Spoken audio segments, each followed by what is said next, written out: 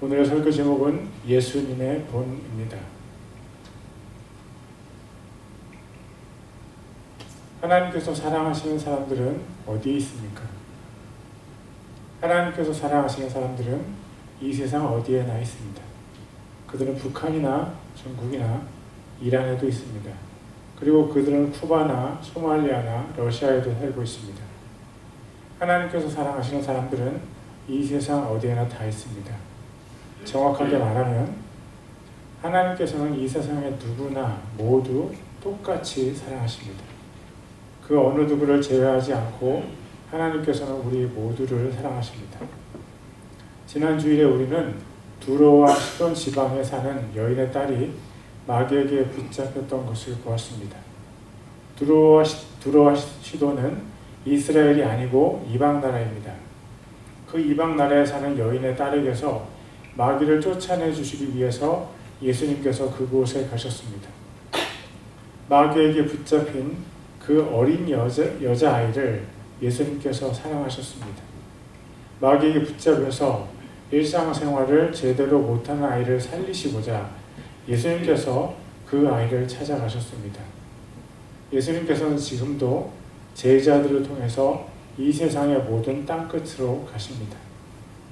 미국은 세계에서 가장 많은 해외 선교사를 보내는 나라입니다. 그리고 미국 안에서도 각양 선교 사역을 하는 예수님의 제자들이 많이 있습니다. 그들이 그런 선교 사역에 자신의 인생을 투자하는 이유는 바로 하나님의 사랑이 그들의 마음을 강권하시기 때문입니다. 예수님께서 마약에 사로잡힌 사람들도 사랑하십니다. 그리고 어떤 하나님의 사람의 마음에 마약에 사로잡힌 사람을 불쌍히 여기시는 하나님의 사랑을 넣어주십니다. 그리고 그 사람은 마약에 사로잡힌 사람이 말할 수 없이 불쌍하게 보이고 그들을 섬기기 시작합니다. 제가 아는 여러 선교사님들이 이슬람 지역에서 섬기고 있습니다. 몇십 년간 선교 사역을 해도 단 한 사람도 예수님께로 인도하기가 힘든 지역입니다. 그리고 어떤 분들은 아무도 가지 않으려는 나라에 선교사로 가십니다. 그곳에서 묵묵히 자신들의 희생을 하나님께 제물로 드리며 여생을 보냅니다. 1885년 옛 한국인 조선 땅에 도착한 언더우드 선교사는 진정 예수님의 제자였습니다. 하나님께서 그의 마음에 조선인들을 향한 하나님의 사랑을 심어주셨습니다. 그리고 그는 자신의 일생과 모든 가족의 일생을 조선을 사랑하시는 하나님을 위해 제물로 바쳤습니다. 그의 기도가 지금까지 우리에게 전해집니다. 오 주여, 지금은 아무것도 보이지 않습니다. 주여, 지금은 아무것도 보이지 않습니다. 주님, 메마르고 가난한 땅, 나무 한 그루 시원하게 자라오르지 못하고 있는 땅에 저희들을 옮겨와 심으셨습니다. 그 넓은 태평양을 어떻게 건너왔는지 그 사실이 기적입니다. 주께서 붙잡아 뚝 떨어뜨려 놓으신 듯한 이곳, 지금은 아무것도 보이지 않습니다. 보이는 것은 고집스럽게 얼룩진 어둠뿐입니다. 어둠과 가난한 인습에 묶여있는 조선 사람뿐입니다. 그들은 왜 묶여있는지도 고통이라는 것도 모르고 있습니다. 고통을 고통인 줄을 모르는 자에게 고통을 벗겨주겠다고 하면 의심하고 하부터냅니다. 조선 남자들의 속상이 보이지 않습니다. 이 나라 조정의 내심도 보이지 않습니다. 가마를 타고 다니는 여자들을 영영 볼 기회가 없으면 어쩌나 합니다. 조선의 마음이 보이지 않습니다. 그리고 저희가 해야 할 일이 보이지 않습니다.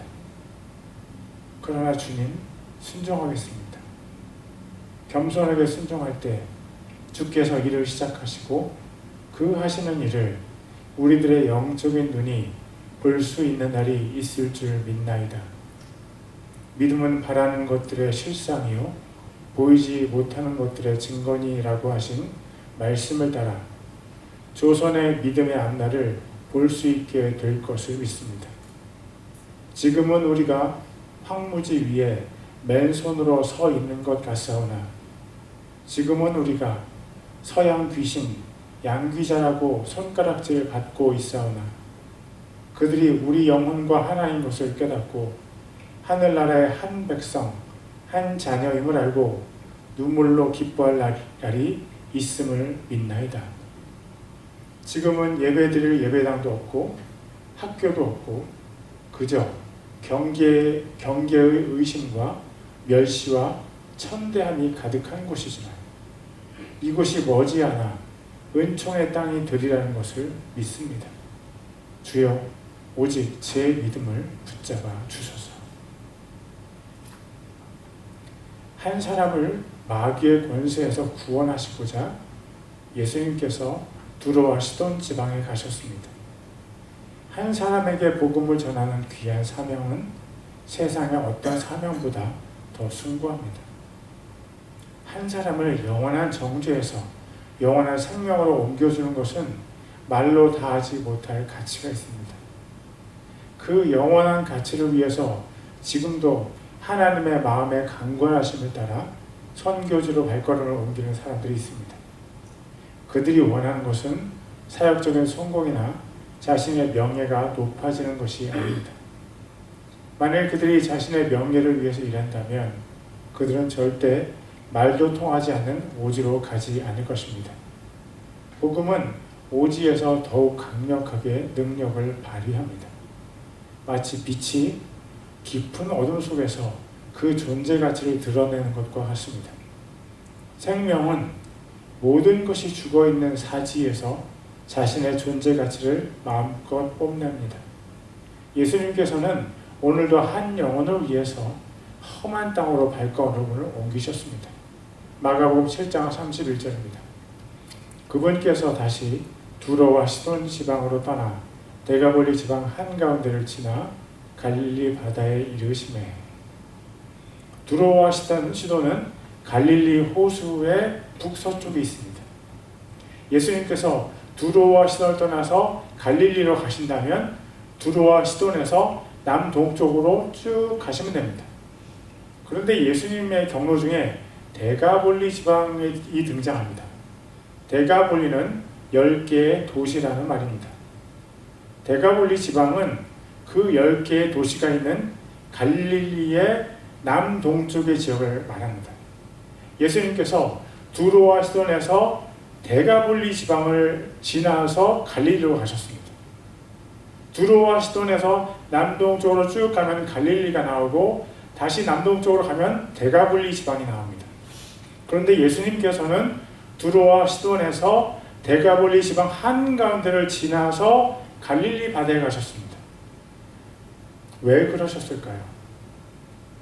왜 가까운 길을 마다하고 멀리 돌아서 갈릴리 바다에 가셨을까요?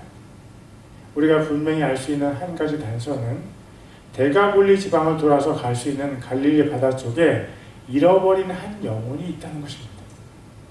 만약 예수님께서 데가볼리 지방을 거치지 않고 갈릴리로 가셨다면 예수님은 갈릴리 호수의 북서쪽 해안 쪽에 도착하셨을 것입니다. 그곳은 예수님께서 사역을 위해서 주로 머무시는 가버나움이 있는 곳입니다. 예수님께서 가장 편하게 머무실 수 있는 곳이 바로 가버나움이었을 것입니다. 그러나 예수님께서 데가볼리 지방의 한가운데를 지나서 도착하신 곳은 분명 갈릴리 호수의 남동쪽 해안입니다. 예수님은 그곳에서 한 영혼을 만나고자 하셨습니다. 단지 한 영혼을 구원하시기 위해서 멀고 고단한 길을 택하셨습니다. 그것이 복음 전도자의 삶입니다. 복음 전도자는 예수님의 뒤를 따라서 멀고 고단한 길을 택합니다.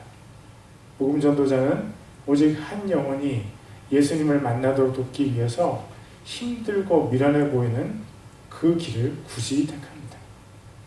그것은 복음 전도자 자신의 사랑으로는 절대 할 수 없는 일입니다.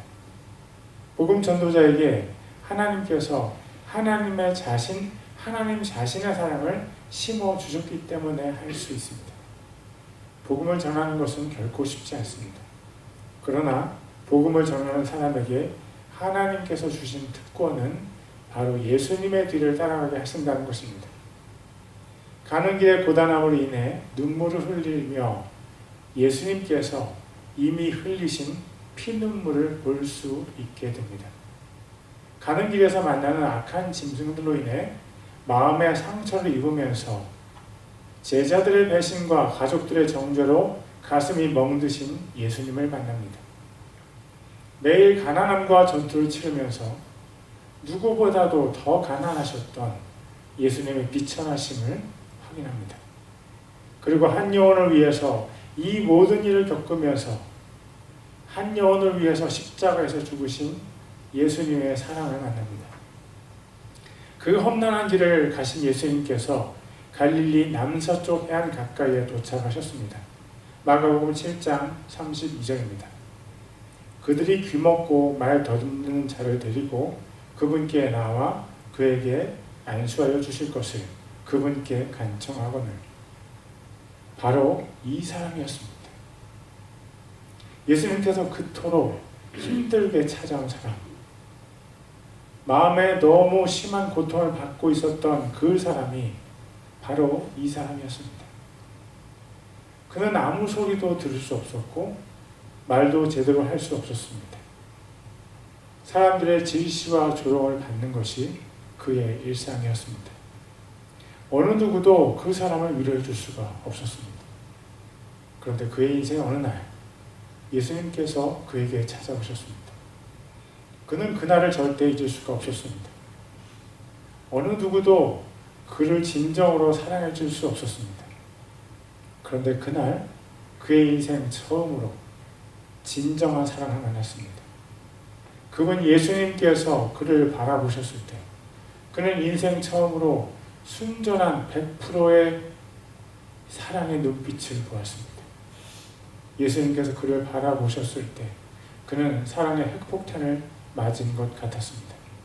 그는 알았습니다. 이분은 진정으로 나를 사랑하십니다. 그리고 예수님께서 그의 귀와 혀를 만지기 시작하셨습니다. 마가복음 7장 33절과 34절입니다. 그분께서 그를 무리에서 떼어 따로 데리고 가서 자신의 손가락들을 그의 두 귀에 넣고 침을 뱉고 그의 혀에 손을 대시며 하늘을 우러러보시고 탄식하시며 그에게 이르시되 에바다 하시니 그것은 열리라 하는 뜻이라. 어쩌면 그의 귀는 귓밥으로 가득 차 있었을 수도 있습니다. 그리고 어쩌면 그의 혀는 그리 깨끗하지 않았을 수도 있습니다. 그러나 예수님께서는 그런 것들에 전혀 구애를 받지 않으신 듯 보였습니다. 그분은 서슴없이 그의 귀 속에 자신의 두 손가락을 깊숙이 찔러 넣으셨습니다. 그리고 그의 혀에 자신의 혀를 대셨습니다. 그의 혀에 자신의 손을 대셨습니다. 그 사람의 침이 예수님의 손에 묻었을 것이 분명했습니다. 병든 자를 고치는 것은 그리 깨끗한 일이 아닐 수 있습니다. 병자를 고칠 때 예수님은 그 병자 가까이에 가셔야만 했습니다. 예수님께서 병자의 침에 의해 병에 걸리실 수도 있었습니다. 그리고 오랫동안 씻지 못한 병자들에게서 나는 고약한 냄새를 우리는 참을 수 있을까요? 그러나 예수님께서는 그런 것들에 전혀 제약을 받지 않으셨습니다. 무슨 말입니까? 병든 자를 고친다는 것은 그 과정에서 따르는 피해를 이미 감수한다는 것입니다. 코로나를 진찰하는 의사는 코로나에 감염될 확률이 얼마나 많습니까? 그러나 감사하게도 제가 코로나에 걸렸을 때 귀부인 같은 여의사가 저를 진찰하고 처방을 내려주었습니다. 복음을 전한다는 것은 여러 가지 더러움에 노출되는 것을 각오해야만 합니다. 육체적인 오염, 감정적인 상처, 또 영적인 영향도 각오해야만 합니다. 그것이 바로 예수님을 따라가는 복음 전도자의 삶입니다. 예수님께서 더러운 환자들의 귀에 손가락을 넣으시고 혀에 손을 대셨습니다. 예수님을 따라가는 복음 전도자는 자신이 받는 나쁜 영향들을 각오한 사람입니다. 교회에 오는 모든 사람이 점잖은 사람들입니까? 글쎄요. 교회에서 만나는 모든 사람이 감정적으로 또는 영적으로 성숙한 사람들입니까?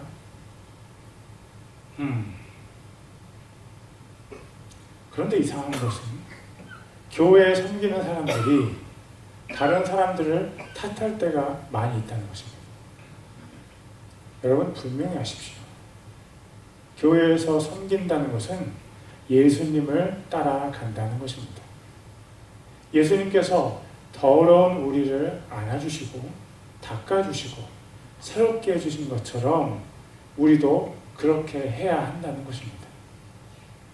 예수님의 뒤를 따라간다는 사람들이 교회에서 고상한 일만 하려고 한다면 그것은 처음부터 잘못된 것입니다. 고상한 일만 하려고 하는 사람들은 교회에서 섬기는 직분을 받으면 안 됩니다. 교회는 영적인 목욕탕이고 교회는 영적인 세탁소입니다. 교회는 감정적으로, 영적으로 또 때로는 육신적으로 더러운 사람들이 예수님의 사랑으로 깨끗하게 되는 곳입니다. 그런데 더러운 것을 만지기 싫어하는 사람이 어떻게 그 일을 하겠습니까? 교회에서 하나님께서 사람들을 씻으실 때 그 일을 돕는 사람들은 자신도 더러워질 각오를 해야만 합니다. 교회는 영적인 목욕탕이고 영적인 세탁소입니다. 그러므로 교회에서 섬기는 여러분들 고단할 각오, 더러워질 각오를 하십시오. 그리고 교회에서 섬기다가 선교지로 갈 마음이 있는 분들 교회에서 더러워지는 훈련을 하십시오. 하나님께서 하늘의 권능을 주신 분들은 더러워지지 않을 수 있습니까? 가장 큰 권능을 가지신 예수님께서 자신이 더러워지는 방법을 선택하셨습니다. 스스로 더러워지기를 거부하지 않으신 예수님께서 하늘의 권능으로 이렇게 외치셨습니다. 에바다. 이 말은 열리라는 뜻입니다.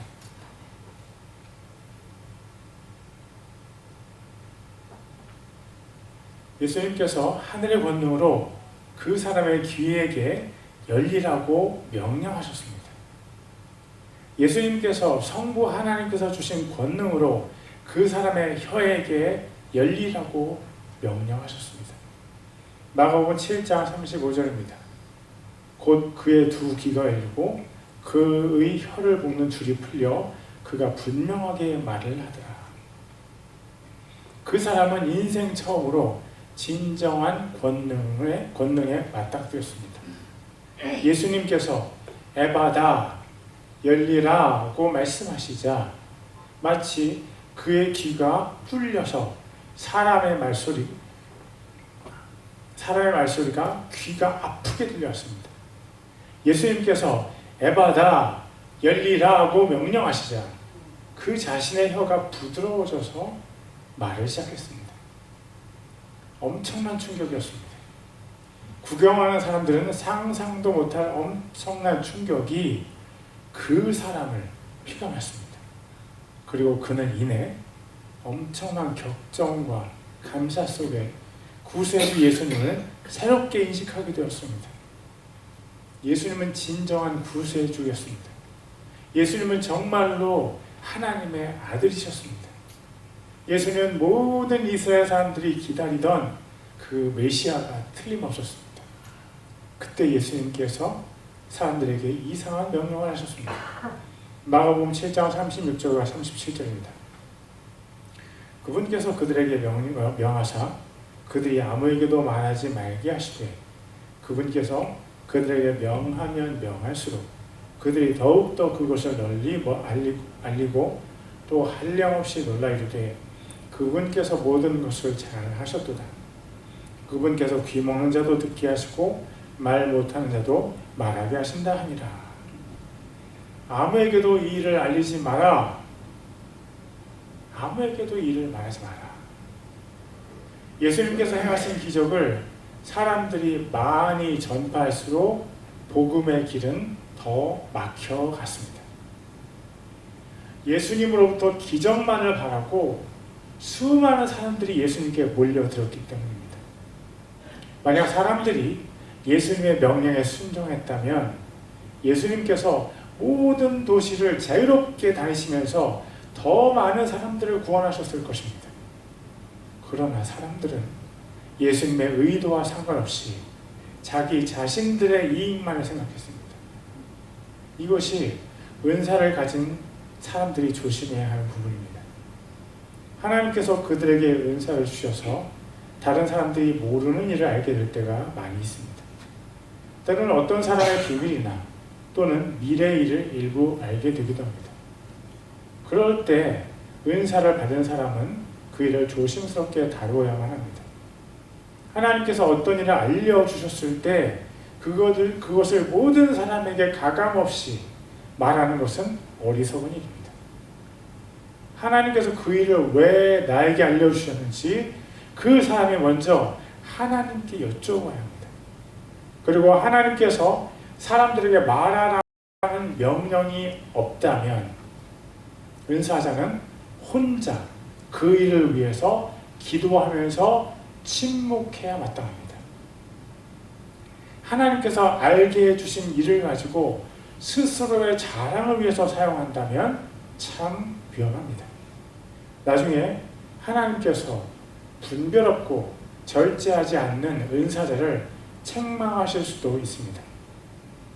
하나님께 많이 받은 사람은 더 조심스럽게 자신의 은사를 사용해야 마땅합니다.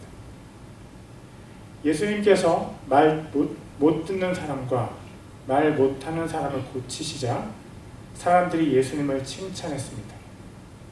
저는 한 가지만 더 이야기하고 오늘의 설교를 마치려고 합니다. 예수님께서 이 세상에서 행하신 일들에는 분명한 목적들이 있습니다. 예수님은 하나님의 영광을 위해서 모든 일들을 행하셨습니다. 또 예수님은 자신의 사명을 성취하시기 위해서 모든 일들을 행하셨습니다. 또 그리고 우리가 잊지 말아야 할 한 가지가 더 있다면 이것은 이것입니다. 예수님께서 제자들에게 본을 보이시기 위해서 모든 일을 행하셨습니다. 그러나 우리는 예수님의 사역을 보면서 위선적이라고 할 수 없습니다. 위선이나 가식은 속과 겉이 다른 것입니다. 속으로 사랑하지 않으면서 겉으로 사랑하는 척하는 것은 위선이고 가식입니다. 예수님의 마음은 거룩한 사랑으로 가득 차 있으십니다. 그렇기 때문에 예수님께서 본을 보이신 것은 가식이 될 수 없습니다. 예수님께서 하신 모든 일은 우리가 본받아야 하는 것입니다. 예수님께서 십자가에서 죽으심을 보면서 우리는 우리 자신을 희생하는 법을 배웁니다. 예수님께서 지옥에서 부활하신 것을 보면서 우리는 예수님과 함께 부활할 소망을 가지고 십자가의 길로 갑니다. 예수님께서 승천하신 것을 보면서 우리도 언젠가 주님과 함께 휴거될 것을 믿습니다. 그리고 예수님께서 성령님과 권능으로 기름 부으심을 받으신 것을 보면서 우리도 기름 부음 받기를 사모합니다. 예수님께서 권능으로 병자들을 고치시는 것을 보면서 우리도 성령님의 권능을 받아서 사역합니다. 그리고 예수님께서 더럽고 냄새나는 사람들을 만지시면서 사역하신 것을 보았습니다. 우리도 몸의 냄새, 인격의 냄새, 영적인 냄새가 나는 사람들을 가까이 하면서 섬깁니다. 그것이 우리의 부르심입니다. 하나님의 거룩한 부르심을 받은 사람들은 더러운 사람들 가까이 가기를 거부하지 않습니다. 하나님의 거룩한 부르심을 받은 교회는 더러운 세상을 위해 한 걸음씩 순종의 발걸음을 옮깁니다. 가장 고집세고 가장 독선적이고 가장 위선적인 예루살렘을 향해 예수님께서 걸어가셨습니다. 그것이 예수님의 사명이었습니다. 그곳에서 십자가에서 비참하게 죽는 것이 하나님께서 예수님께 주신 부르심이었습니다. 당신은 하나님께로부터 어떤 사명을 받았습니까? 에벨린 세계 침례교회에서 에벨린 세계 침례교회에게 하나님께서는 어떤 십자가를 사명으로 주셨습니까?